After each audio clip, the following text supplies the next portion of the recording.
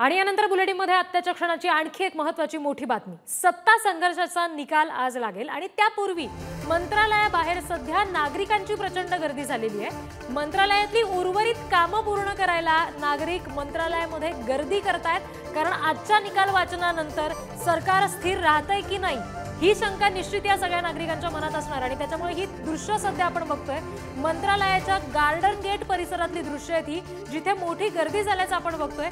जी उर्वरित कामं आहेत ती पूर्ण करून घेण्यासाठी म्हणून हे सगळे नागरिक इथे जमलेत। एरवीही मंत्रालयामध्ये आपापली कामं घेऊन हे सगळे नागरिक येत असतात, मात्र आता आज जेव्हा अपात्रतेसंदर्भातल्या निकालाचं वाचन आहे त्यापूर्वी आपलं काम पूर्ण व्हावं या अपेक्षेने हे सगळे नागरिक इथे निश्चित आलेले आहेत। आणखी अपडेट्स या संदर्भातले आमचे प्रतिनिधी निखिल चव्हाण आपल्याला देत आहेत, बघूया त्यांनी हा घेतलेला आढावा।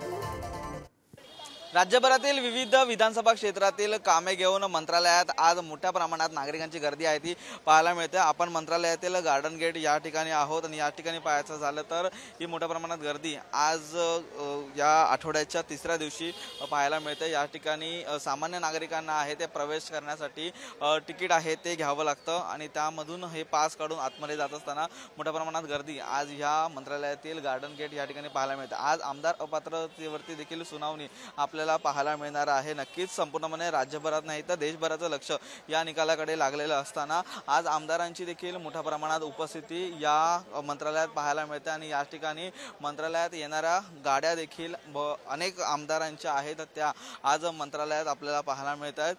राज्यातील अनेक आमदार आहेत ते मुंबई क्षेत्रामध्ये आता उपस्थित आहेत आणि मुंबई क्षेत्रामध्ये उपस्थित असताना मंत्रालयात देखील त्यांनी एक आपली भेट दिलेली आहे आणि त्यासोबतच विविध कामे उर्वरित कामे आहेत, विविध मंडळ असतील किंवा विविध या ठिकाणी विभाग असतील त्या विभागामध्ये करण्यात येणारी ही कामं आहेत ती लवकरात लवकर करण्यात यावी आणि त्याच अनुषंगाने त्यांचा पाठपुरावा घेण्यासाठी आज मोठ्या प्रमाणात नागरिक मंत्रालयात आपल्याला पाहायला मिळतात।